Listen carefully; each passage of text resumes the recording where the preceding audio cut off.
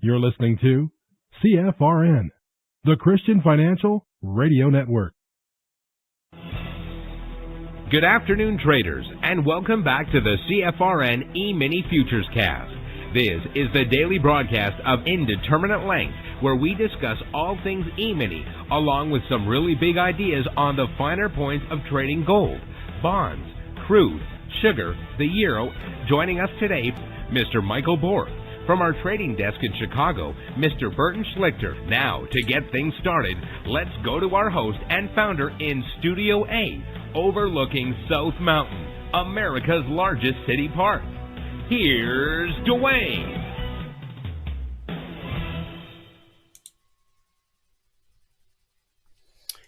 Good afternoon. Welcome back. Today is Tuesday, 2nd day of June, 2026. Thanks for joining us. Whoever you are, wherever you are, we're just glad to have you right here, right now. We do 2 live broadcasts every trading day. The first broadcast is our live training room. That one's reserved for members only and those taking the 1-week free trial.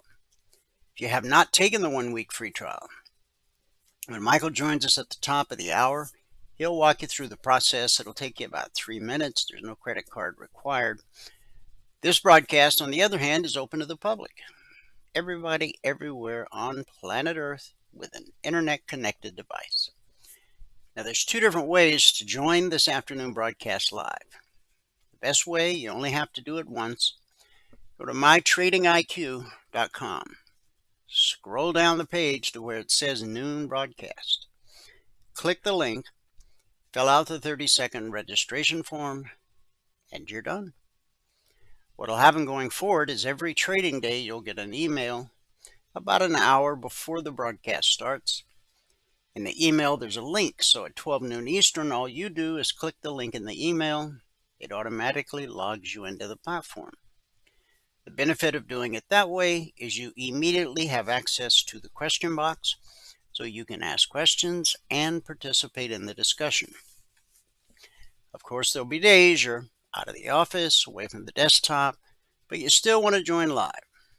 And some days you'll be busy, so you can't join live, but you do want to get caught up later. You can do both of those via our YouTube channel, which is easy to remember. youtube.com/CFRN. It's the Christian Financial Radio Network since 2005. Not only do we broadcast live every trading day on our YouTube channel, as we're doing right now, simulcasting, but we also archive each and every daily broadcast. Currently, there are over 3,000 daily episodes archived for your educational and viewing pleasure. And if you're new to our neck of the woods, it's a great way to get to know who we really are. Thanks to the power of YouTube, you can scroll back 6 days, 6 weeks, 6 months, 6 years, even more. Obviously, you're not going to watch them all, nor do you need to, But if you're new, it's a great resource to have at your fingertips because it does allow you to see how we've evolved over all these years, day by day by day. youtube.com/CFRN. On the left side of the screen is our schedule for each afternoon broadcast. At the top of the hour, 1 p.m. Eastern, Michael will join us for a recap of everything that happened this morning in the live training room, and then do a little live trading as time and the markets permit. Right now, we'll dive into our daily devotional, which is where we start each and every afternoon broadcast. The topic that we're on right now is everyday faith. Been on this topic for about a month, and we still got a little ways to go.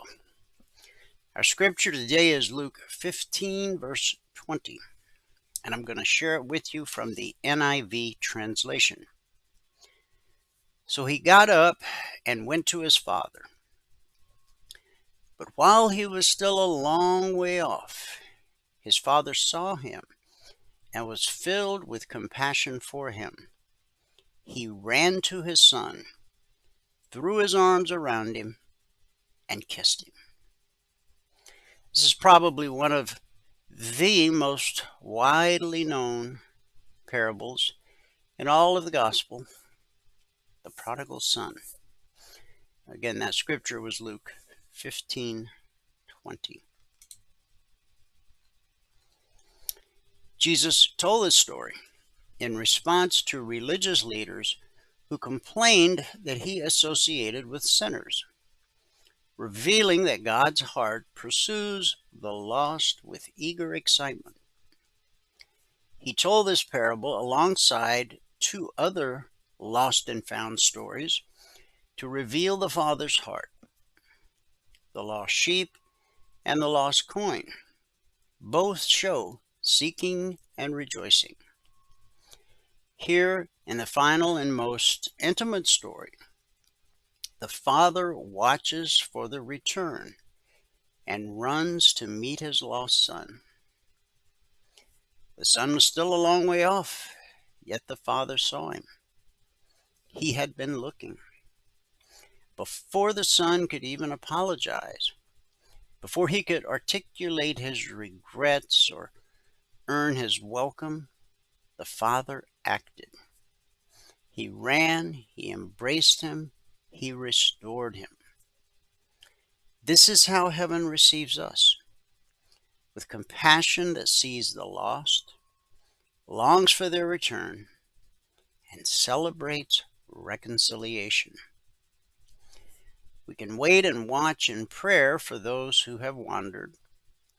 We can hope for their return without presuming the timeline or controlling the outcome. We can lift their names before God with expectation, trusting that the Father sees them a long way off, even when we do not. God's mercy is patient. It waits, it watches, it rejoices, and fully restores. So, question: are you watching and waiting for someone? Let's pray. Heavenly Father, you are patient, not wanting anyone to perish without you. We confess how often we rush to judgment or just give up entirely. Our prayer today, Lord, is that you would give us a heart that prays with patience, watches with hope, and longs for restoration without resignation. It's in Jesus' name we believe and pray. And everybody said, amen. Amen, and happy Tuesday. Hope it's a happy Tuesday for you, whoever you are and wherever you are. Let me give you the numbers from around the world. Then we'll take a look at the news. Then we'll go to the alerts. Then we'll go to the charts. And then Michael will join us. So starting here in the U.S. with the cash markets, or the indices as they're called, the Dow is up 87 points. NASDAQ is up 59. S&P 500 up 14. And the Russell 2000 up 21. Pretty quiet out there. But they're all green.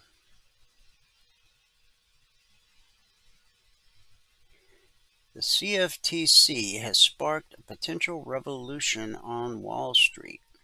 Exchange stocks are dropping.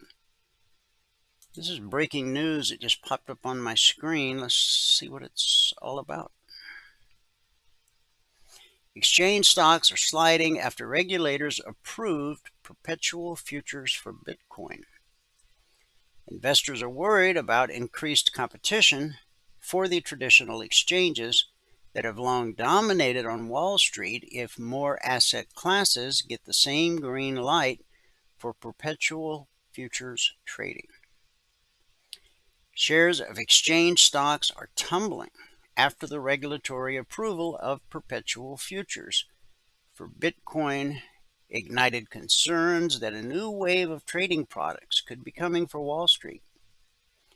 The CME Group, known for its derivatives and futures trading platforms, dropped more than 3% in Tuesday's session and is down around 9% over the last 2 days.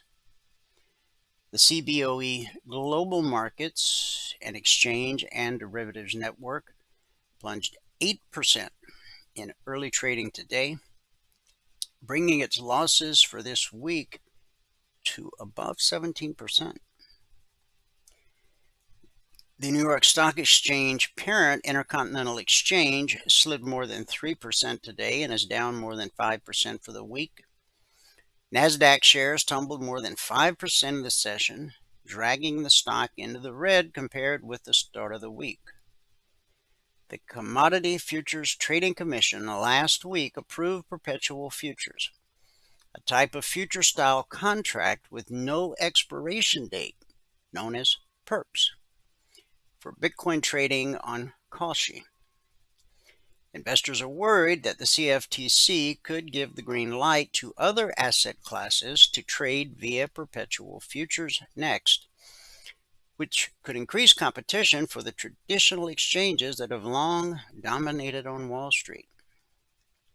The concern is that perps could come to equity products and potentially displace CME, CBOE, S&P products, according to Barclays analyst Ben Budish.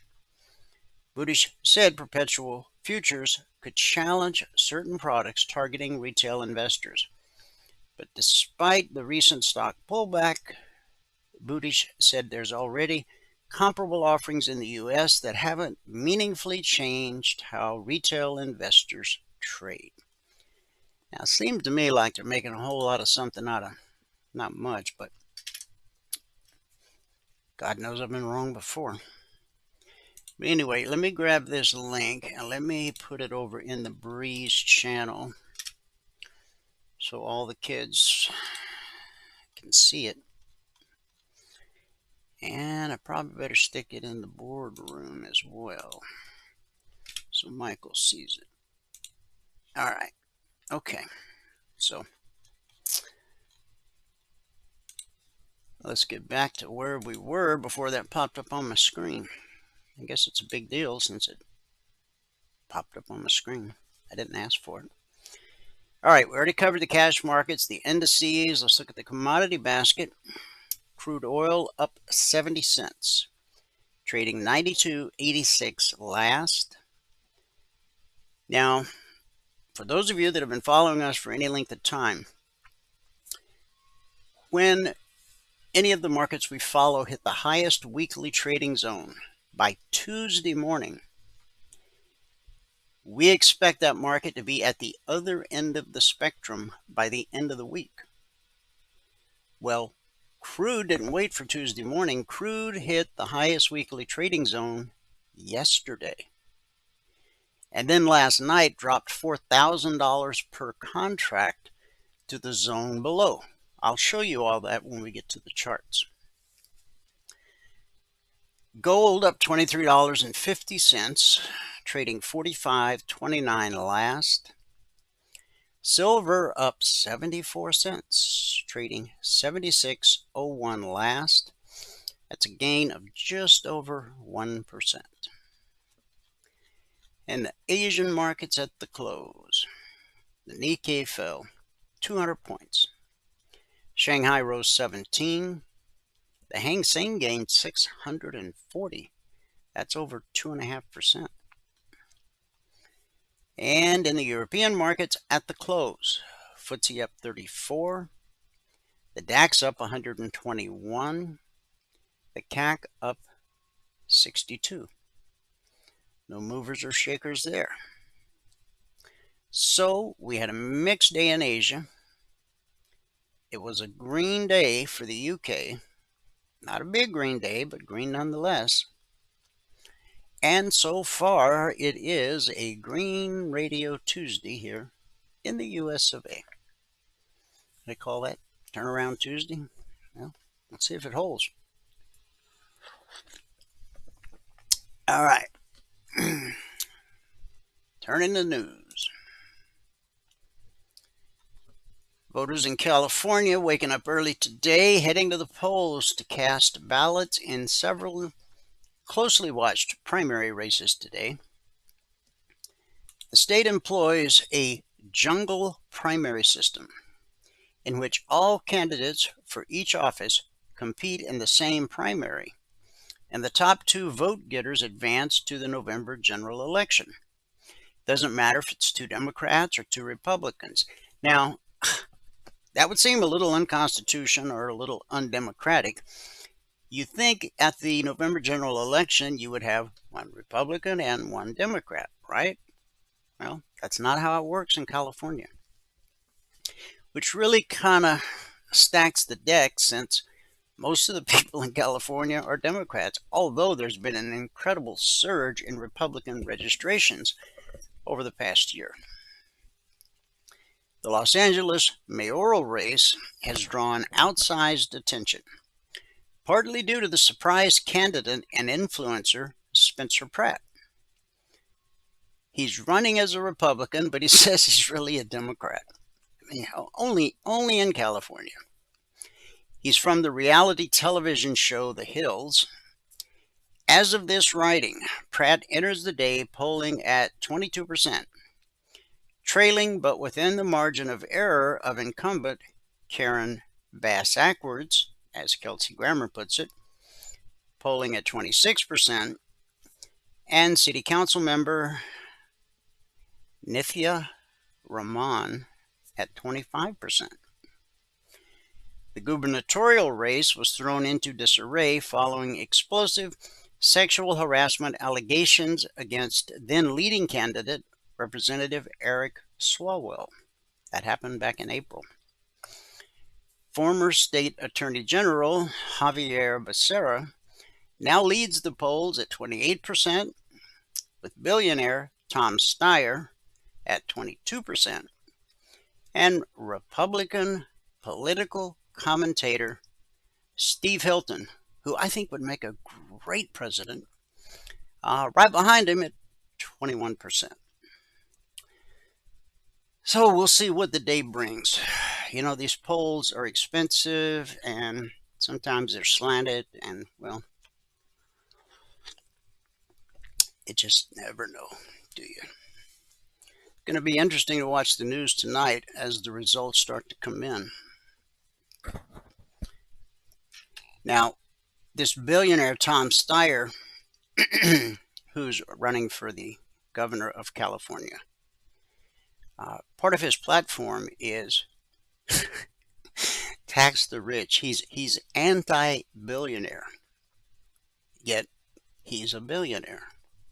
Okay. And so far, he's spent over 200 and something million dollars of his own money, I believe, on his campaign. Anthropic has confidentially filed to go public. I don't know what that means. I mean, I'm reading you the news, so how confidential is that? Anyway, Anthropic, if you don't know, is the company behind AI chatbot Claude. The move positions Anthropic for a public debut as early as this fall, potentially ahead of its competitor OpenAI. While details of the company's finances remain private, Anthropic said last week it was valued at $965 billion, above OpenAI's reported $852 billion valuation in March. Anthropic's revenue run rate is estimated at $47 billion, up from roughly $10 billion at the end of last year, despite being blacklisted by the Pentagon. A run rate is the estimated annual revenue based on current monthly performance. The company is especially popular in Silicon Valley due to the release of Claude Code and its unreleased model, Mythos. Anthropic shared the model with 40 technology firms to help detect cybersecurity vulnerabilities, foregoing a public release over concerns that it could exploit flaws in critical systems. It's so powerful that they couldn't just roll it out to everybody. They had to roll it out to people that they could, quote unquote, trust, right? I don't know who these 40 technology firms are. I could probably click the link and tell you, but we only have so much time. If Anthropic debuts at a valuation above $1 trillion, it could become the second or third largest IPO ever. And for the sports fans, Serena Williams is returning to professional tennis after accepting a wildcard entry into the Queen's Club doubles draw in London next week, marking the 23rd time Grand Slam singles champion's first competitive appearance since the 2022 U.S. Open. 23-time Grand Slam singles champion. Wow. The news comes nearly 4 years after Williams declared she was evolving away from tennis, stopping short of calling it a formal retirement. She's now 44 years old and a mother of 2. She became eligible to compete after re-entering the sport's anti-doping testing pool, a required step for any sanctioned return. Williams has won 14 Grand Slam doubles titles and spent 319 weeks ranked number 1 in the world. She is the only player in tennis history to complete a career Golden Slam in both singles and doubles, a feat that means winning all 4 major tournaments, the US Open, the Australian Open, the French Open, and Wimbledon, plus the cherry on top, an Olympic gold medal. You go, Serena. Rebound. The S&P 500's latest rally is less broad than the headline index suggests. The Goldman Sachs index that excludes artificial intelligence enablers is slightly lower since late February, while the S&P 500 is up about 10%, and AI winners have surged over 45%. That makes this less a simple bull market story than a concentration story. AI is not just leading the tape, it's carrying a growing share of the index gains. Concentration has been one of the defining features of this entire bull market since we came up with the label Magnificent Seven, which refers to Apple, Google, Microsoft, Amazon, Meta, Tesla, and Nvidia. That term was coined back in 2023. Back then, the story was a handful of mega cap tech stocks dragging the index higher, while much of the market lagged behind. Now we're seeing a repeat of that with the AI stocks. The latest term is more thematic. It is no longer just about 7 giant stocks. It is AI infrastructure, AI software, power-hungry utilities, industrial suppliers, and the companies investors see closest to the spending boom. Jim Bianco of Bianco Research has pushed the argument further, writing that we have not seen the market this concentrated around a single theme in, you ready, 150 years. His historical comparison is the railroad boom of the late 19th century, and we know how much generational wealth that created. It was a period when one transformative technology dominated capital markets because it was reshaping the economy itself. The railroads literally transformed this country, and no other technology has had this potential until AI. Bianco Research put the numbers around that dominance using a JP Morgan list of 41 AI-related stocks. The firm showed those names now account for nearly half of the S&P 500's market value. Whoa. Now, keep in mind when you invest in the S&P, and I'm not talking about individual stocks, but as a whole, like with a SPDR ETF, your risk is spread over 500 individual companies, best of breed, large cap, etc. So this research is telling us that of those 500 companies in the S&P 500, half the value is on the shoulders of 41 AI-related stocks.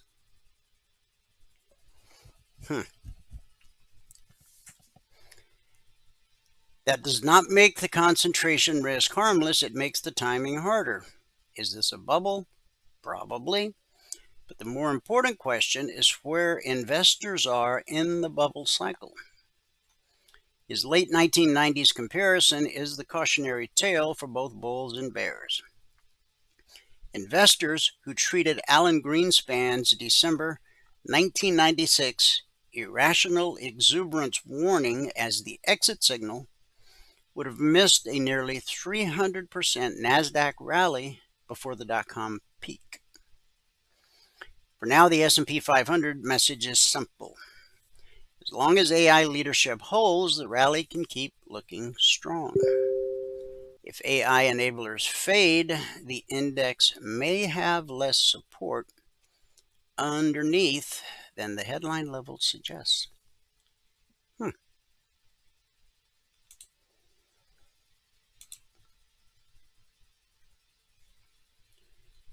Now, if you're on Social Security, and I know some of our audience is, Social Security's finances may be in worse shape than we thought. The Social Security trustees, who release a report each year on the health of the program that supports about 70 million retirees and people with disabilities, have been relying on overly optimistic forecasts for the future fertility rates, according to a blog report from the Cato Institute. These forecasts are at odds with projections from the U.S. Census Bureau and the Congressional Budget Office, the nonpartisan, federal agency that provides Congress with independent analysis of budgetary and economic issues, with which both have much more sober forecasts for fertility rates. Young people just are not getting married and having babies. Fertility rates and longevity are important to the finances of Social Security. Under a pay-as-you-go system like Social Security, taxes from current workers pay the benefits of current retirees. As fewer young people enter the labor force, there are fewer active taxpayers to support each beneficiary at a time when people are now living longer. and taking benefits for longer. The trustees are likely understating Social Security's insolvency problem by assuming Americans will start having far more children than the current trend actually suggests. This is a problem, and China's really feeling the pinch of their one-child policy that they had for so many years. Now, they've gone in the complete opposite direction. They're paying parents to have kids.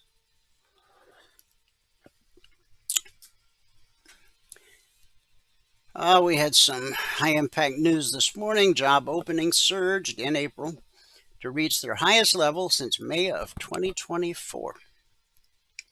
According to the JOLTS, or Job Openings and Labor Turnover Survey, from the Bureau of Labor Statistics this morning at 10 a.m. Eastern, 7.62 million positions were open in April.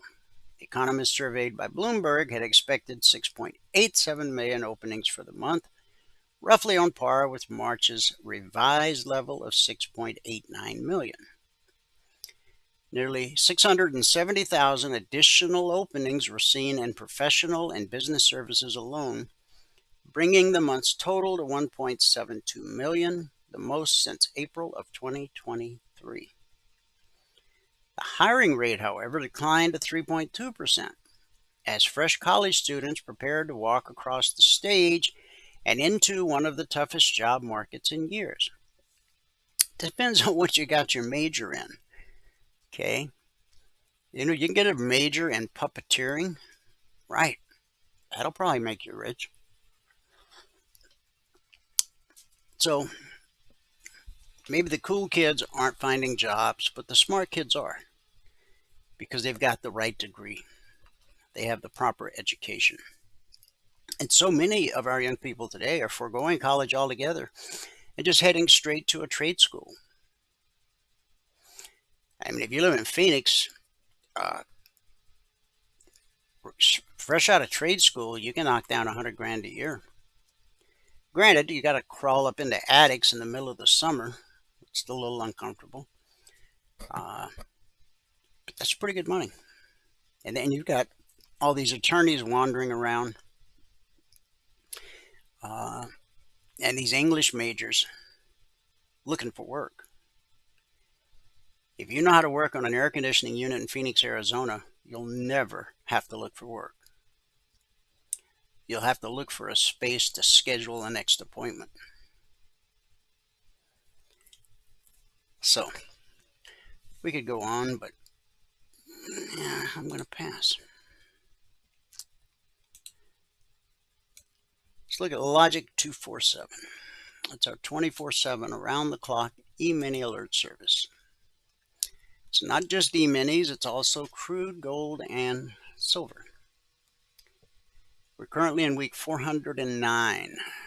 Over the last 409 weeks, we've issued over 22,400 individual handcrafted alerts.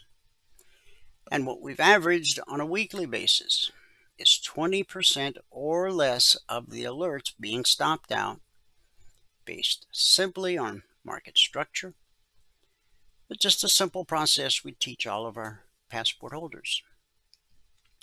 Since the markets open Sunday night at 6 p.m. Eastern, that's when the week starts for us, we've issued a total of 26 alerts so far. Now, when Valerie did the recap this morning at 7:30 a.m. Eastern, we were still waiting on the outcome of 6. So that gave us 20 actionable alerts, and so far, 1 stop out or 5%. Again, over the last 7.5 years, on a weekly basis, we've averaged 20% or less. Yesterday, we still had that same 1 stop out yesterday, which put us at 14%. But at the time, we only had 14 alerts issued, and we were waiting on 7. Now we've got 26 issued, 20 actionable, and that same stop out. And that brings that number from 14% down to 5%. The purpose of the logic alerts is to help you learn how to read a chart. If you never actually trade a logic alert, you can still use them for the purpose intended, and that's to learn to read the chart. Every logic alert has an entry price, long or short, an initial target designed to help you get your goal for the day. In most cases, additional targets, and then a final trade to target. Logic alerts can come out anytime around the clock, 2 a.m. or 2 p.m. Futures trade around the clock. We have traders around the globe. Our day session is their night session, and vice versa. So again, if you never actually trade a logic alert, use them for the purpose intended. Learn to read the chart. Learn to know where to anticipate potential resistance and potential support. You can plan your trades out ahead of time. That's what the Logic 247 alerts are. There are trades planned out into the future. In most cases, a logic alert won't trigger for anywhere from 30 minutes to sometimes a couple days. Just depends upon the market's behavior.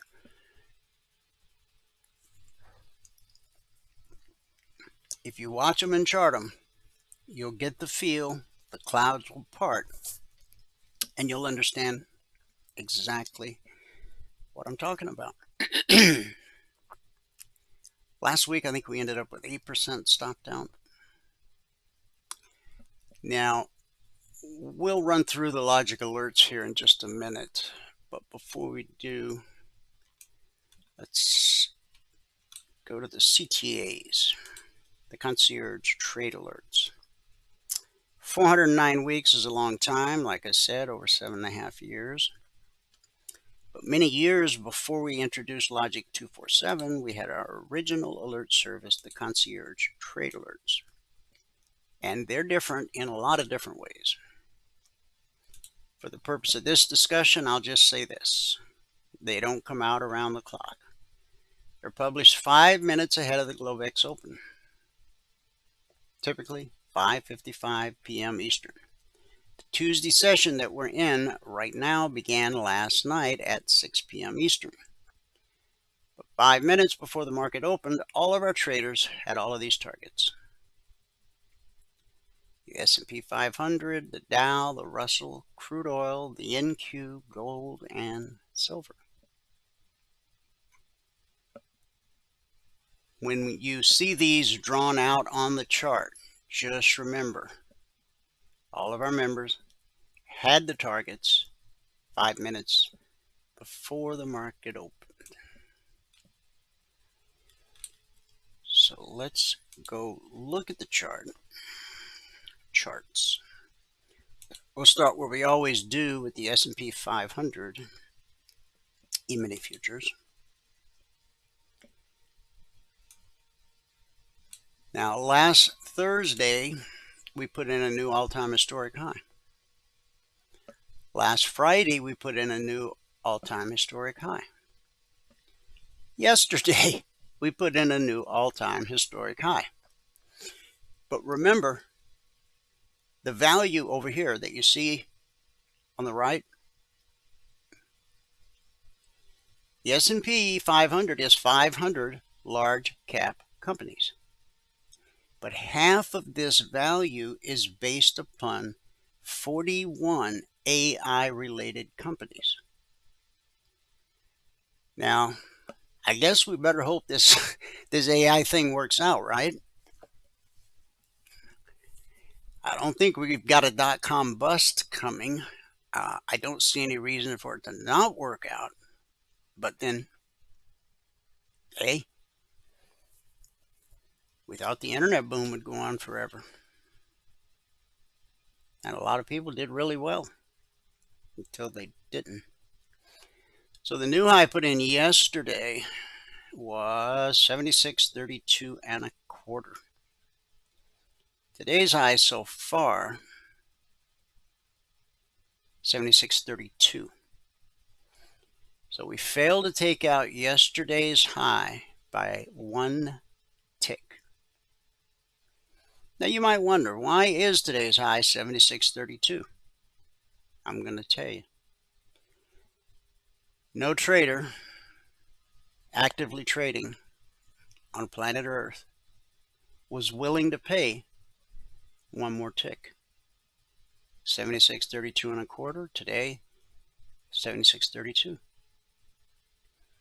Now, there were contracts being offered at 76.32 and a quarter, but so far nobody has hit the offer or the ask. Still got plenty of time left in the day. This thing can move quick. Now, the black step line has worked its way back to the right side of blue and climbing. Talked about that yesterday. We had a head fake here. When the step line crosses blue and climbing, we typically get a retracement to the BBC. And now, then it crossed back over. And you got to remember these areas where price crossed back over, when price does start to come down, these are going to be really important areas, okay? And then again, the step line crossed. We didn't get the retracement. Now it's crossing again. And I'm starting to be suspicious that maybe this time we won't see it either. I don't know. But I stand with this area right here. I think ultimately, now Goldman Sachs has raised their year-end target to 8,000. But I think 7,090 on a pullback. Now, that's between the 38 and the 50 right now. But if we push any higher, then these will change. The only fib that won't change is this one. Because that low, that's never going to change. But the high, you've seen me drag it up day after day after day. And I've got it set at 33 right now. And the high is actually only 32 and a quarter. It's just hard to get it right on it on the daily chart. But anyway, keep in mind, price always reverts to the mean. In other words, well, for us, the mean is green. We call it the BBC, stands for bull bear cross. When price crosses below the green line, we're bearish and expect lower prices. When price crosses above the green line, we're bullish and expect higher prices. It's really quite simple. But when price pulls back to the BBC, the pullback holds more often than not. As we go to the smaller time frames, you'll see what I mean. It'll be more evident, more obvious. But the information you get from a daily chart is more, the larger the time frame, the more important the information you glean from it. So anyway, all the alerts are created on a 30-minute chart. Nothing magic about 30 minutes. It's just a time frame I chose years ago. And we've all heard, if it ain't broke, leave it alone. So here's Monday, which began Sunday night, right here. Now the vertical line separates today, Tuesday, from Monday, yesterday. And these are this week's weekly trading zones. We've published the zones every Monday since December 14th of 2009. That's over 16 years. Here's where we opened last night. Now the idea behind the zones is that when price drops to a zone, we expect support until proven otherwise. When price rallies up to a zone, we expect resistance until proven otherwise. Now, today's only Tuesday, and we only got one more zone overhead on the ES. So, this pullback here, we hit the zone. Well, first, we opened. We can see only one of three things happens when price encounters a zone. 70% of the time, it's consolidation. 20% of the time, rejection. 10% of the time, the slice. That's when a 30-minute candle slices through a zone like it's not even there. Typically when that happens, price will retrace back to the zone it sliced through and continue in the direction of the slice. In this instance right here, that did not happen. This one did. We sliced through the zone, pulled back, and continued in the direction of the slice. So we opened last night, came down to the zone, did that what 70% of the time we do, consolidate, and then the 8 to 8:30 30-minute candle took us to the CTA short target. Now again, all of our traders had these targets 5 minutes before the market opened last night. And when the black step line crosses red and falling, we expect a retracement to the BBC. The pullback holds more often than not. This time, it didn't. And we know that eventually it will trade through. So we got below the short target and we ran into yesterday's lows. Now I had pegged the short target right here where red turned to blue. But we actually made it down. Yesterday's low was 76.25, and the overnight low is 76.5.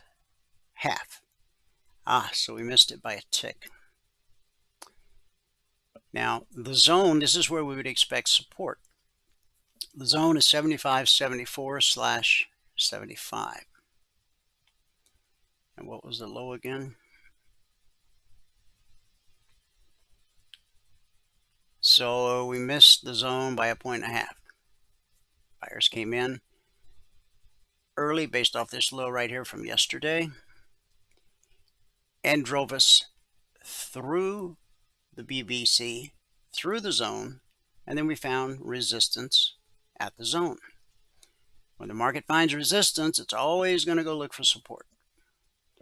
So the pullback held and it held and it held, and then it reached down and hit the short target to the tick. Remember, that was based off this right here. But every one of these candles is touching the BBC. So we had a leg and a retracement. So even though we reached down, almost like a obsessive compulsive kind of thing, we reached down, it's like we just had to touch that, right? But the pullback held because all the candles are touching the BBC. Then we hit the zone, didn't get through on the first attempt. Well, this was the first attempt, this was the second attempt.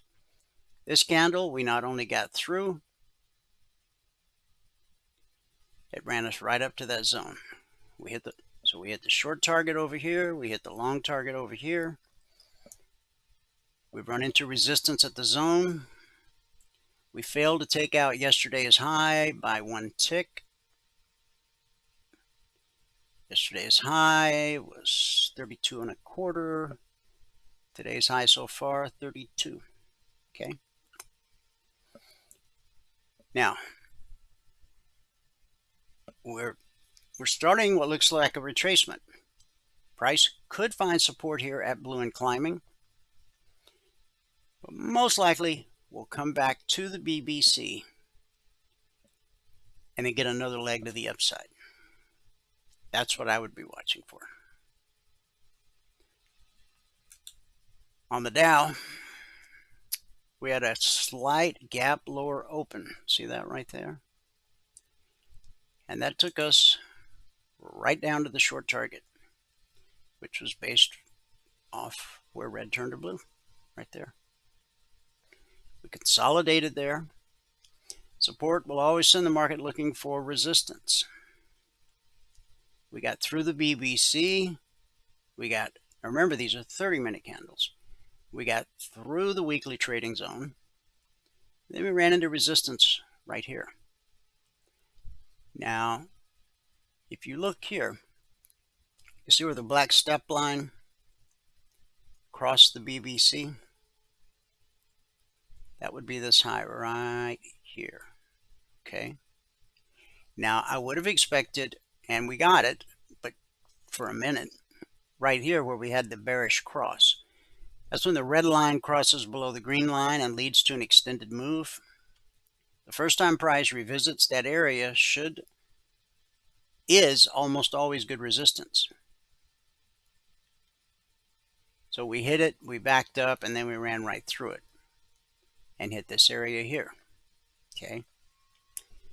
So resistance is going to send the market looking for support, which it found again at the short target.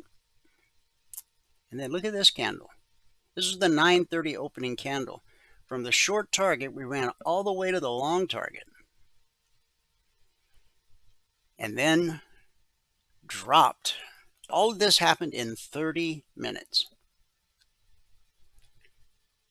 From the short target, all the way to the long target, and almost back again. We found support right here at the zone, and that sent us for another trip up to the long target. We pulled back to the zone, 210/215, and now we're sitting at that target again, 51,295. And the Dow is having an inside day. We've not taken out yesterday's low, and we've not taken out yesterday's high. The Russell, this was the opening candle last night. Let's see, we only need to see today and Monday. Yesterday we found support at the zone, resistance at the zone. Up here we found support at the zone, consolidation.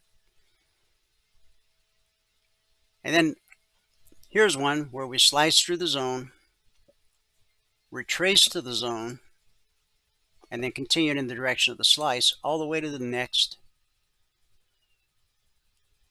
zone. Now this is the next to the lowest zone for the Russell. From there we ran all the way back up to this zone. We got a doji, which is a sign of indecision. And after a move up, a doji like that will often signal a reversal, and that's exactly what we got. Except we didn't go all the way to the zone. The short target was based off of where red turned to blue yesterday, so we spiked that just a little bit. Okay. Then red and falling turned to blue and climbing. We got back above the VBC, the black step line, crossed blue and climbing. We got a pullback to the VBC, the pullback held. That gave us another leg and a retracement, pullback held. Then another leg. It took us up to this high right here from yesterday. See how that works? Market has a memory. That sent us back below the VBC, but we recovered and we ran right up to the zone. Now, these are the zones that were published yesterday morning at 6:15 a.m. Eastern. Once the zones are published, Monday morning, they're carved in stone for the entire week. They don't change in any way whatsoever. Again, when price drops to a zone, we look for support till proven otherwise. When price rallies up to a zone, we expect resistance till proven otherwise. Now the black step line looks like it's trying to cross blue and climbing. I would expect a retracement back to the BBC, followed by another leg to the upside. Unless some kind of negative news or Truth Social post comes out. The NQ. Here's where we opened last night. Dropped to the zone, got through the zone, and the short target was set at this low from yesterday, but we missed it. Once red and falling gets directly below price, it begins to act as support. Usually because it's on its way to becoming blue and climbing. Red and falling is bearish, blue and climbing is bullish. And so this time the pullback didn't hold. Now over here you can see pullback held, the pullback held, the pullback held, until it didn't. That's how it always works over here. pullback held, pullback held, pullback held, pullback held, pullback held, until it didn't. Way over here. That was Friday. This was Monday. This is today. So we've only got one more zone overhead for the NQ, and today's only Tuesday. So I expect to see some selling pressure come into the market. We'll see what happens. Right now, price seems pretty comfortable right here at this zone, which was yesterday's high, 3690/91. Crude. We had a $4,000 move from the highest weekly trading zone to the second highest weekly trading zone. It's a $4 move from 90.20 to 94.20. It's actually a little more than that because we spiked the zone by about $500 per contract. When the price of crude moves $1, that's worth $1,000 per contract traded. In other words, when the price goes from $94 to $95, that's worth $1,000 per contract traded. And so we went from the zone at 94.20 to the zone at 90.20. That's $4. That's $4,000 per contract traded. Now, to take advantage of that, you would have had to have an account big enough that would allow you to carry that into the overnight session. So we found support at the zone, just like we found resistance at the zone. And now crude's climbing again. Leg retracement, pullback held. Leg. Now the long target is based off right here where blue turned to red. Okay. Price is trying to get there. We'll see what the next couple candles bring. Now, look at the black step line in blue and climbing. See how they've kind of come together? If we consolidate sideways, one or two more 30-minute candles, then that step line is going to cross blue and climbing, which means that you're going to probably see something like this. See where the step line crossed blue and climbing? And what did price do? Came right back to the BBC. Same thing happened right there. Right here, it didn't do it. So probably 80% of the time. All right, gold. Here's where we opened last night. And at 9:30, we hit the short target. Looks like to the tick.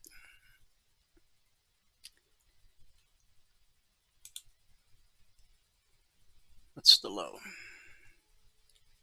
We missed it by 3 ticks. Right there where red turned to blue, that was the short target.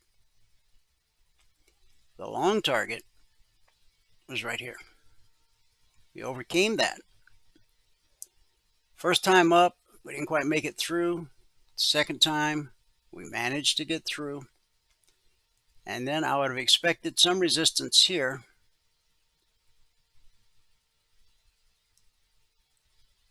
And again here. But gold was really bullish overnight. And then something happened. We hit this resistance area at the zone. And now we've come all the way back to the zone below. And that's where we sit right now. And the black step line just crossed red and falling. So price should bounce up to the BBC. Then the question becomes, is it going to hold or not? Well, you don't know till it happens. Price does trade through the BBC. Based off this, the step line crossing. You got a bearish cross right there. So I would wait for about 45.50 up to 54. That's $400 per contract traded. Now, if price heads down from here,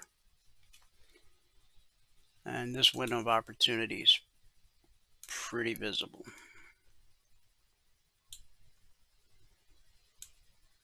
Not keen on seeing it head down, but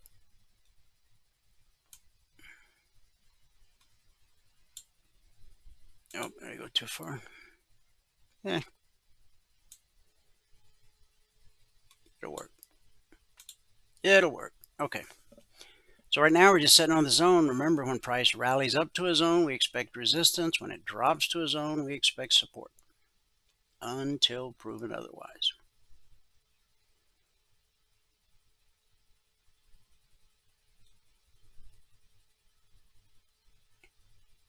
I'm not real comfortable with the window of opportunity on the long side. Oh, it's 10 o'clock. Michael should be here. Is he trying to message me?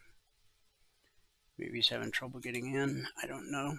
Here's silver. Here's where we opened on silver last night. Ran right up to the long target by 9 o'clock, or the 9 o'clock 30-minute candle. Resistance sends the market looking for support. Pullback held. Leg retracement. Now we spiked it almost down to this area right here, where red turned to blue, or really where the zone is, 74.70/71. But the low was only 77, so we missed it by 6 pennies. On the other hand, it only takes 2 pennies to get your goal for the day in silver. So we made a nice run up, really impressive. High 77.35 overnight. Now we've given quite a bit of it back. We're sitting at about 75, 74 right now. It looks like we're headed back to test the zone. Now, if we drop below the zone,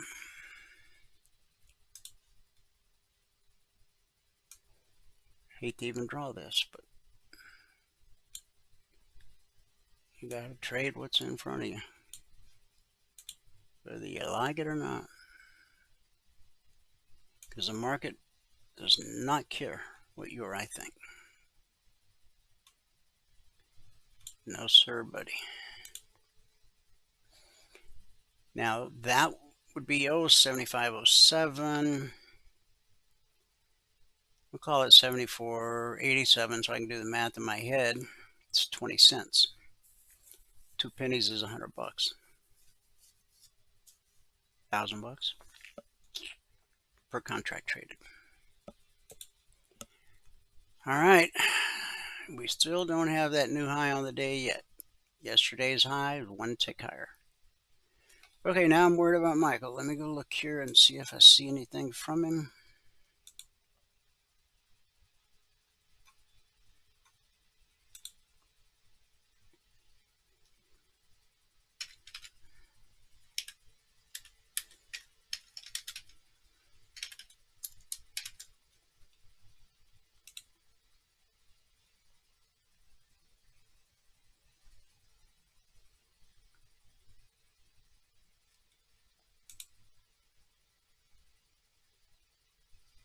Jeff, I see you ask, has everyone switched over to the U contract for futures? What market are you talking about?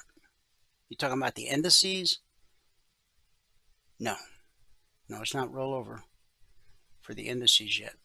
Is that the one you're talking about? Are you talking about the indices? We did roll gold to the Q contract, but we're still a week out or two from rolling the indices.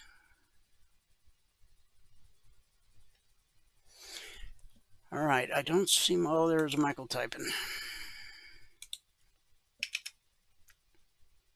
All right, he'll be here in just a second.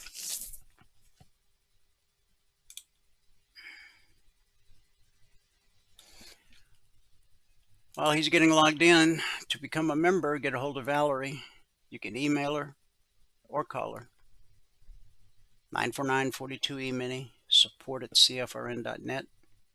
Just let her know you're interested in becoming a member, and she will send you an email that contains all the information you need to make a well-informed, intelligent decision as to whether or not what we do is right for you. Okay. Here he is. Sorry about that. No problem. About that. No problem. You know, I don't know how it happens every day. It seems like it. But All right, let me bring it over here, and we'll get into it. I could always text you 5 minutes ahead of time if you want me to. No, I'm usually there, I'm usually there. No, you are. I was actually sitting right at my desk the whole time, too. I was just reading something, and I totally lost track of time. I understand. All right, screens look good. Okay, here we go. Here we go. So if you're watching this on YouTube after the fact, everybody that's in this session right now, that's come to this session in the past, you have to sign up for this session again. Okay, we had a little glitch yesterday. And so everybody that used to automatically get the email, you're no longer going to automatically get the email. You have to sign up again. And then you will automatically get the email every day until this session never happens again, or until you cancel. Until we forget to extend the link. Yeah. Yes, until we forget to extend the link again. You know, when something happened, like my intro and my outro, they're moved to different spaces. When I opened it, I thought, oh my gosh, they're gone. But then I found them. They were just not in the same order as they had previously been. Now, I posted a thing. Oh, I sent it to the boardroom. Did you read that? The CFT has sparked a potential revolution on Wall Street. I did not. I didn't read. They're coming out with these perpetual futures that have no expiration for crypto, Bitcoin. And so after you're done, that article is worth reading, because all of the major exchanges, the CME Group and the others, their stocks way down on the week since this news came out, or since this thing got approved. I wasn't even familiar with the term. They call them perps, perpetual futures, futures with no expiration date. I was not familiar with that either. May change how the whole world does business. I don't know. But anyway, they're making a lot of big changes, that's for sure. Yeah, they are. They really are. Going to 23-hour days and stuff. Yeah. That's all coming. So making big changes. All right, let me let you do your thing. All right, here we go. I think I got everything in place here. Yeah, we had one guy, Grant, who his ID, he said all he has in his invite only is the context and the slingshot. And he should have a whole bunch of things in there. And I was going through and I can't figure out what his ID is. I can't find it in the things that he says he has. I'm sorry. That was one of the problems that I was going over during the break. But anyway, back to this. Okay. All right. Good afternoon, everyone. Today is Tuesday, the 2nd day of June, 2026. Now, if you have not taken a free trial with us and you want to take a free trial with us, go here to mytradingq.com, click on the purple button. There is no credit card required for the trial. Click on that purple button. When you do click on that purple button, it will bring you to this registration page, I think. Nope, that's not the right one. When you do click on that purple button, let's go back to where we were. When you do click on this purple button, it'll bring you to this registration page, where all that we ask for is your name, your email, and your phone number down at the bottom gives you TradingView login ID. All right, the TradingView login ID lets us enable the indicators to get them indicating on your desktop. Okay. Once you give us all that and you hit register, we will know and we'll get everything to you. All right, so we had an okay day today. It started off strong, but then it just didn't do anything after a while. The first hour maybe was pretty good, but then I knew I made the point of saying, oh, well, in this first hour, we're getting about one trade every 5 minutes, and then they just stopped. So one trade every 5 minutes would be 24 trades, and we ended up with 15. So in the first hour, we had like 10. We were actually a little better than one trade every 5 minutes. It wasn't after the first hour, it was like after 50 minutes. And I think we had 12 trades or something like that. Then the rest of the time, 3 more trades. And 2 of those were stop outs. Anyway, as it is, we made 158 ticks on the NQ, minus 19 on the Russell, plus 17 on the YM, plus 10 on gold. Put us at 80 per contract in the morning session. Today, it took, hang on, hold it. Okay. Today, it took 8 minutes and 3 trades to get to the goal for the day. At that point, we're up $320 with 1 contract at $3,200 with 10. We ended up taking 15 trades with 3 stop outs. So we had 80% of our trades were break even or better today. On the month, that puts us at $1,980, which is a pretty good sum considering last month to get to $1,980. It took us some time last month to get to $1,980.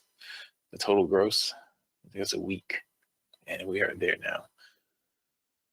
We are there now after 2 trading days. So we're averaging $990 a contract per day so far in this month. And on the year now, we're at $96,600 over 91 trading days, averaging $1,061 per contract per 2-hour trading day. Now, if you were to quit trading when you got the goal for the day and you're at 1 contract per month, so far this year, you would have only had to work just under 14 hours. And if you did everything exactly like me and got all the same slippage, you'd be trading 6 contracts right now, and you would be up $43,022.50 gross. Okay, that's an average of $3,087 per hour. $3,087 per hour. All right, let's get into it. We got a lot of things open here. Just look at this one. Let's see, it's starting to get there. All right. Let's see.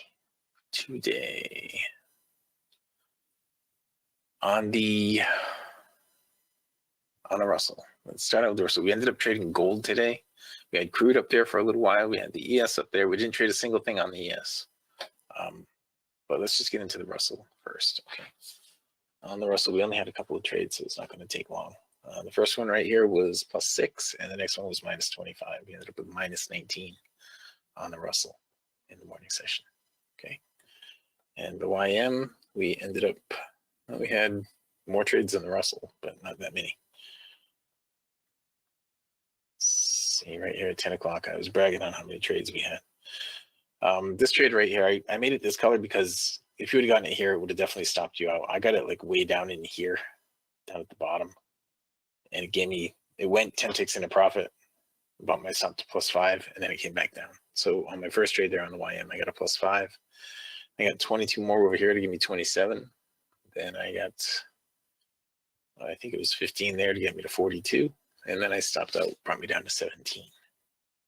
Okay.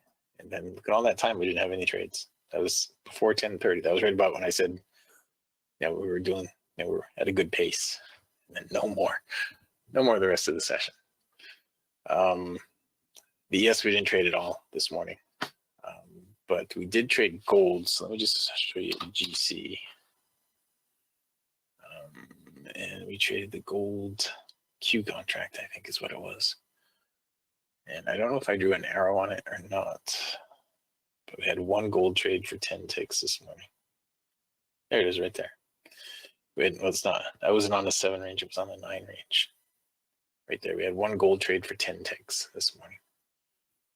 Okay, and that was all of the gold. So I'll put this back to the ES. The ES had some bad ticks this morning.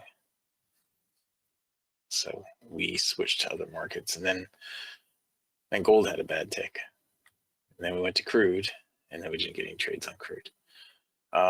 So the NQ had some bad ticks here too. While we're going through all the bad ticks on the other markets, the NQ had bad ticks right there. So the last half hour really was just messed up. But the NQ is where we made the majority of the money today. Our first trade on the NQ was just 8 ticks. Then we had 51 ticks to get us to 59, and then 10 to get us to 69. Then we stopped out, and that brought us from 69 to 94. And then from 94, we stopped out, but it wasn't a full stop out. For some reason, it was like 11 ticks. And it brought us down to 83. And then we had a big trade, went from 83 to 133. And then went from 133 to 148, and 148 to 158. And that was it. And that brings us current. That was the whole morning, the whole darn thing. I don't know what kind of action we're gonna get in this session right now, but we'll take whatever we get. Right? I have my DOMs all set up again. I had to keep switching one of them out because that ES one, I changed it to be a gold DOM, and then I had to change it back to a crude DOM, and then change it back to an ES DOM before the end of the session was over. Anyway, let's just see here. Right now, we don't have any trades. Okay. So again, if you haven't taken a free trial, go ahead to mytradingiq.com, click on the purple button. That will bring you to the registration page. This one, close that. I'll bring you to the registration page. I guess I can close that one too. Just fill out the form. Okay. When you fill out the form, we'll know you took the trial. All right, back in here. Let me open up the question box, see if anybody has any questions. Jeff, did you get everything straightened out yesterday? I know you sent an email, and I think I responded, and it seemed like you had.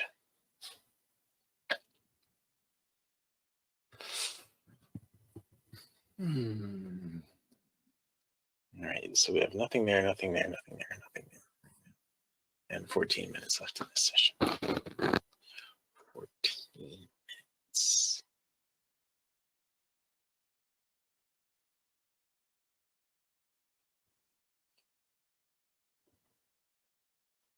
I feel like you know there's something you got to do, but you can't remember what it is.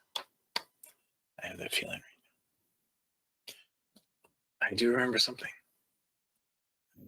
A doctor's appointment on Thursday.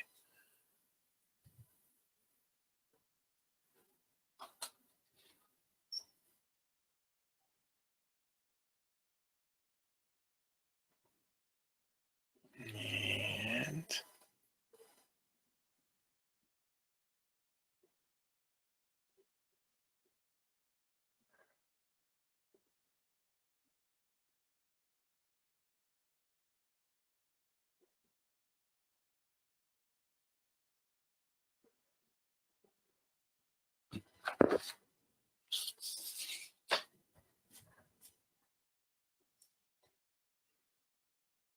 so we're just going to wait and see what happens.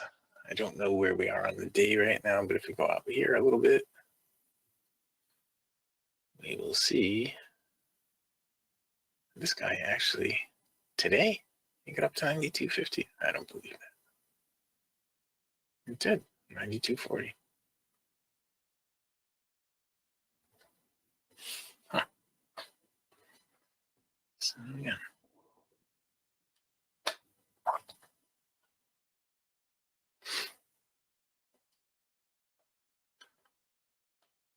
So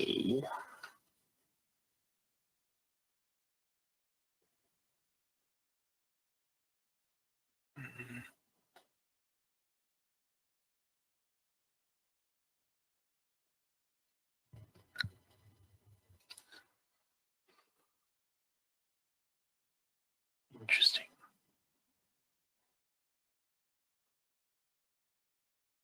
TI, okay. All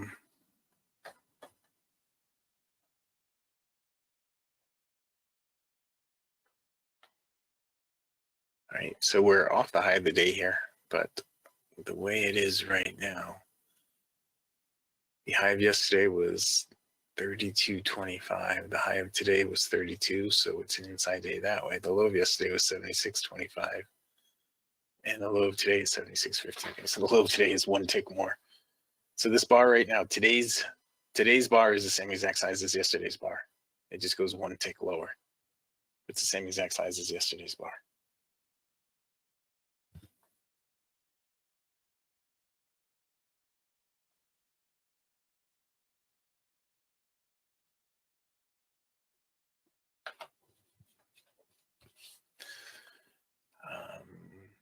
Interesting. I wonder if it's going to stay that way. All right. We don't have trades anywhere right at the moment, but the Russell's pretty close. It needs an up close followed by a down close. Okay, an up close followed by a down close on the Russell.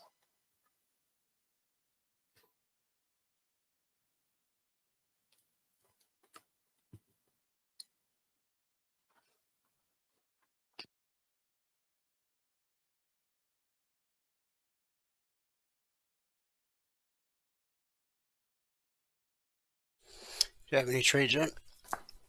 Nope, no trades yet. Almost have one on the Russell here. We need an up close followed by a down close on the Russell. That's the closest one we have right now. Other than that, nada.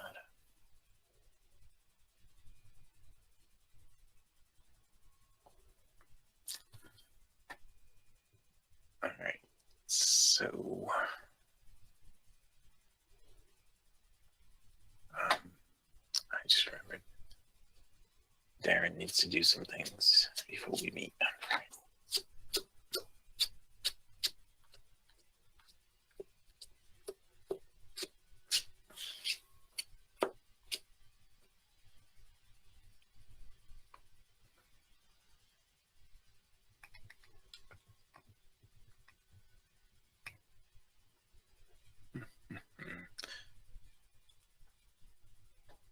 So if we look at this, see, you kept having higher highs and higher lows. Got into a couple of consolidation spots right here where the low went down some. And changed directions. Now it's just kind of junk right here. That's the NQ. The current. Russell, I'm yes. sorry. Go ahead. No, go ahead. No, go ahead. I was not really talking about anything. You see the current value right now of the S&P 500? I do. Okay. This is going to blow your mind. 41 companies comprise 50% of that value. 41 out of 500 companies represent 50% of the value, and they're all AI related stocks. Are they really? Yep. That's what I was. I know. This is the first. This hasn't happened in 150 years. It was the railroad boom. The railroad stocks controlled the majority of the market, and so now you got 41 stocks that comprise 50% of the value of the S&P 500. I just shared an article with the guys before you came on. Interesting. Mind-blowing statistic, and a little frightening too, I suppose. Talk about putting all your eggs in one basket. Yikes. Yeah. Well, I mean, it's not going away, but no, it's not. It isn't. I mean, they're starting to look at like doing computing out in space because they don't have to worry about cooling out in space. Things like that. They're looking at things like that, and they could, they'll be that much closer to get the solar energy out in space. And yeah, it's pretty cold out there. Yeah, it is. It is. So they don't have to worry about cooling out there. They have to worry about freezing. They have to worry about heating. And the data is just transmitted back. The way they do it now, it all goes out to satellites. It gets transferred between satellites. So back and forth from Earth to satellites. They could do it all right out there on the satellite, and then just send it to Earth one time instead of making a round trip. Yeah. Huh. So. Wow, that's interesting. Yeah. There's a lot of stuff in the works that is crazy, and companies like NVIDIA, they're right at the forefront of that, and they're not going anywhere. If you're going to put all your eggs in one basket, that'd be a basket I'd put it in.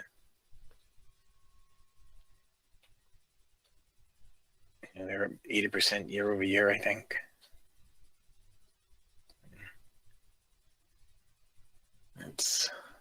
That'd be a basket to put it in. And the competing companies like AMD, and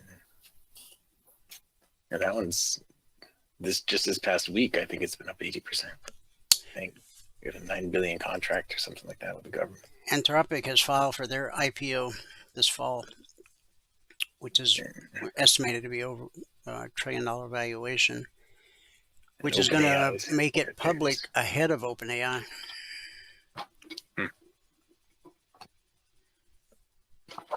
Well, my experience, the OpenAI is better than the Anthropic. My experience so far, but my experience is limited. But that's so what the OpenClaw running on Anthropic. It had so many hassles every time. It was incredible. The things that it did was great.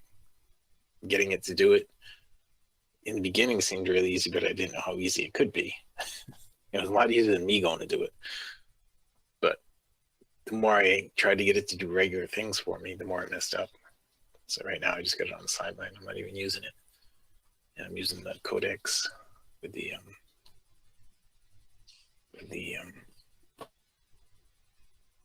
OpenAI ChatGPT.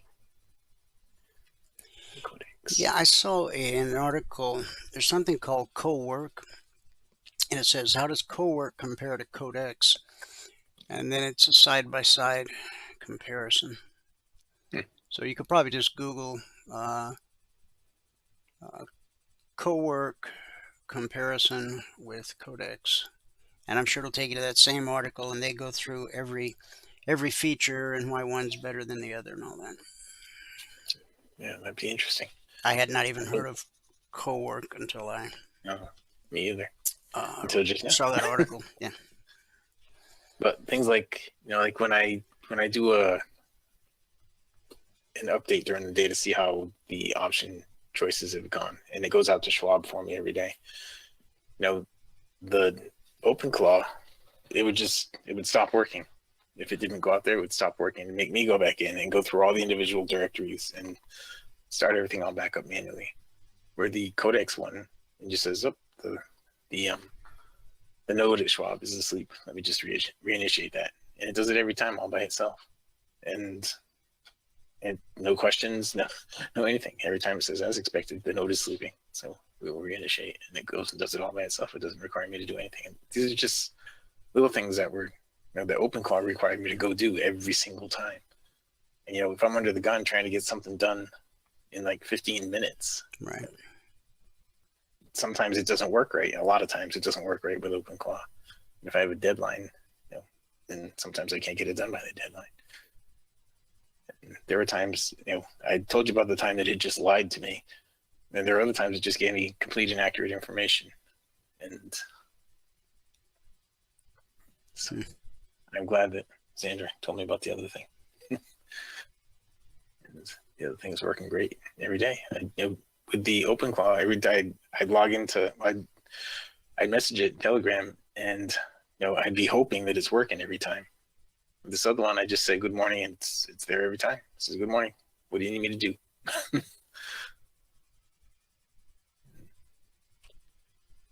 Every time it's there. So I like it so much better. I'm glad you're using it now too, because that'll be a lot less hassle for you too, I think. Yeah. It doesn't look like we're going to get any trades here, do we? We're pretty close over here on the Russell. We needed an up close followed by a down close.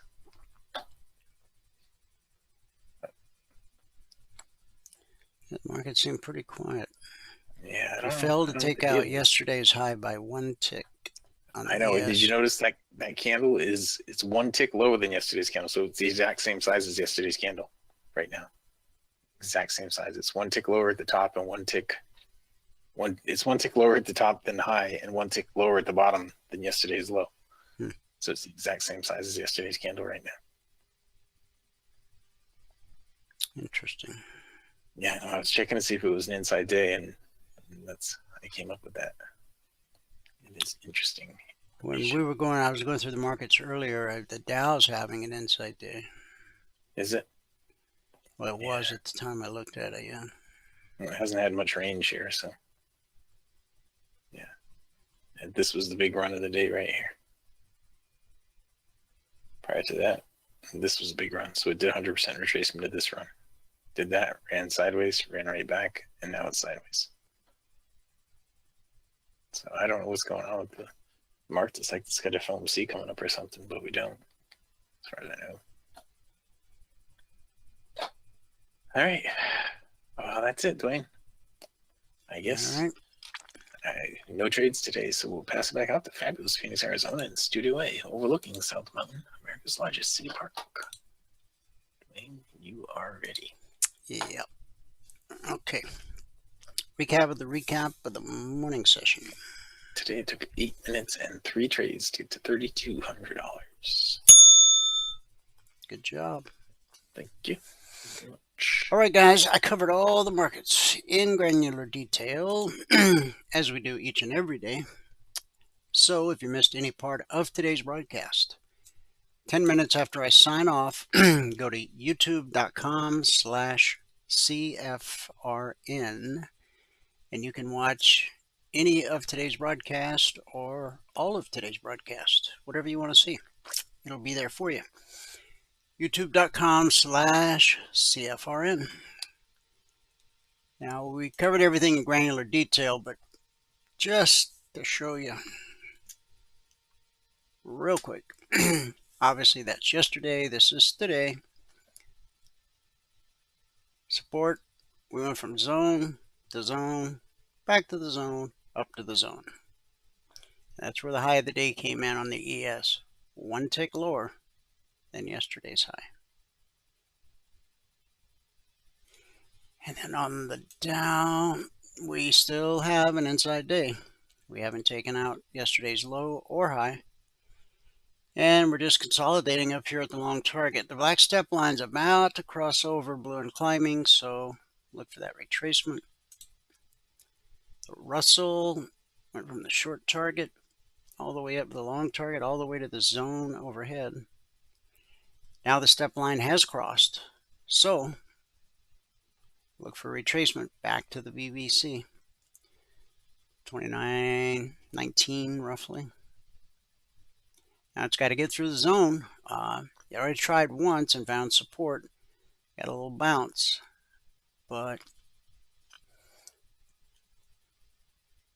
and I think that pullback will probably hold unless some kind of news comes out. Now the NQ consolidated, still consolidating up here at the second to highest weekly trading zone. We overcame the long target, ran into the zone.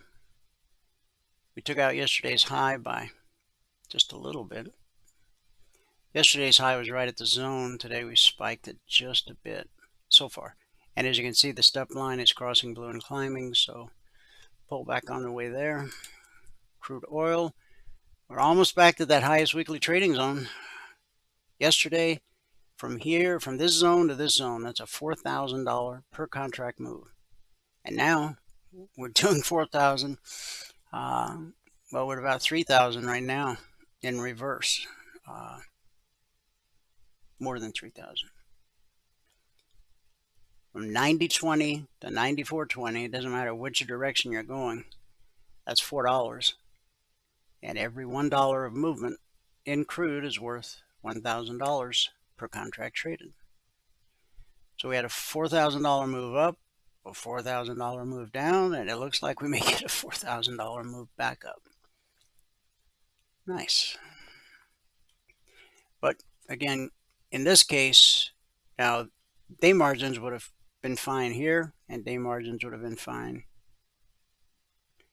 here, because the moves started at 8. Well, you'd have to wait to this candle, I guess 9 o'clock. Leg, a retracement, pullback held, and then a leg. This one, day margins would have been fine.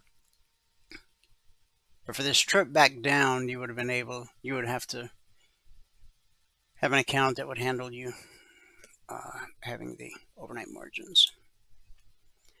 Gold still consolidating at this weekly zone after running all the way up to the zone at 45.70. Now it's dropped $50 and it's consolidating at 45.20. This window of opportunity is starting to look more realistic. Remember, we got to take out these lows, and then right here you got a bullish cross, and then you've got where the step line crossed red and falling, turning it to blue and climbing. That is major support right there. That's where these lows came from. Okay, see how that lines up? If you look at the horizontal line on my cursor. So once we take out these lows and then give it a little breathing room, this should be, that's worth, I think, about $1,000 per contract traded right there. No. That was on silver. This one is 45.10 down to 45.06. So call that $400. The silver, that one's the $1,000 one. Okay, and it's got a little further to go and a little more work to do. the bias definitely seems, they both ran up so nicely overnight. And then about between 4 and 4:30 in the morning, changed its tune. Leg retracement, and consolidating at the zone. But again, as soon as I'm gone, you can give it 10 minutes. Go to youtube.com/CFRN. You can watch all of today's broadcast in its entirety, or you can fast forward to the part where Michael wasn't able to find any trades today, which is unusual, but it happens. And if you want to become a member, get a hold of Valerie. Just let her know you're interested. She'll send you the information you need to make a well-informed decision. Support@cfrn.net or call 949-42-EMINI.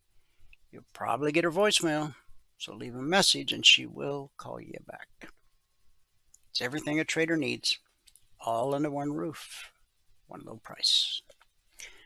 Let's wrap it up with our good word for today.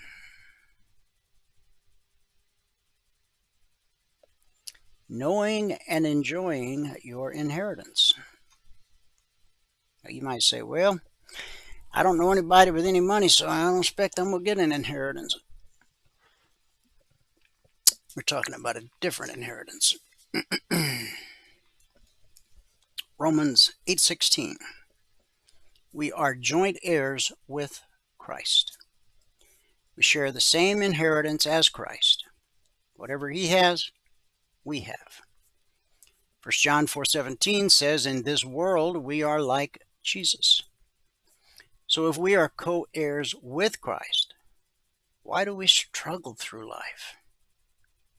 Well, there's two good reasons. I don't know if they're good reasons, but they're reasons. One, we don't know about our inheritance. Ephesians 1:19. The exceeding greatness of his power toward us who believe.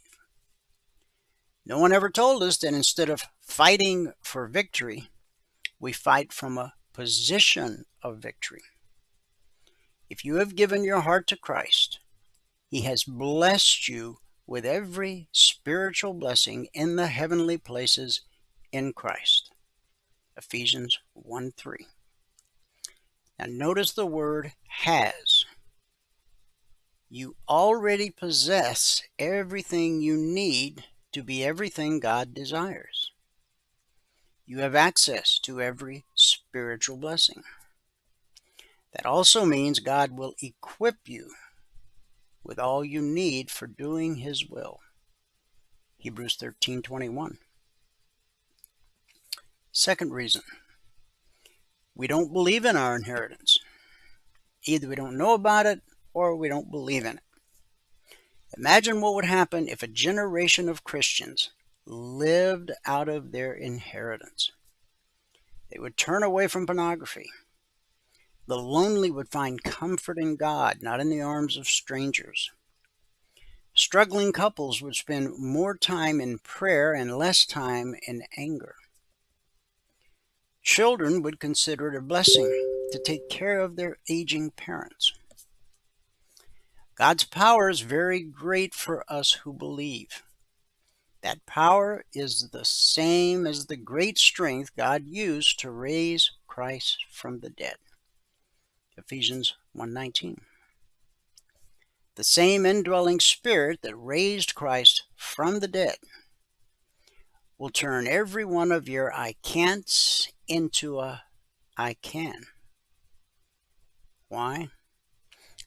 Because I can do all things through Christ, because he gives me strength. Philippians 4:13. And that's our good word for today. Thanks so much for tuning in. Whoever you are, wherever you are, may God continue to richly bless you with his mercy and with his grace. And I'll see you at the bell.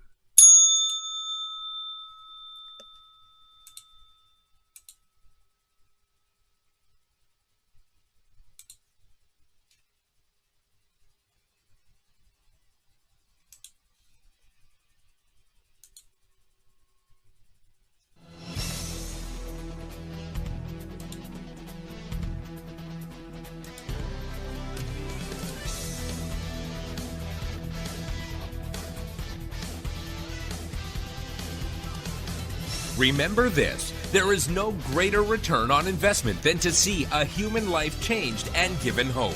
As always, pray hard and trade safe. Any financial information discussed on this show is simply the opinion of our host, Dwayne Reeves, his co-hosts, and guests. To learn more about trading E-mini futures or to take a 1-week free trial in our live trading room, call 1-866-928-3310. 866-928-3310. Information discussed on this radio program should not be construed as a recommendation to buy or sell any security. Always do your own due diligence and consult with a licensed securities broker or financial planner before making any investment decision.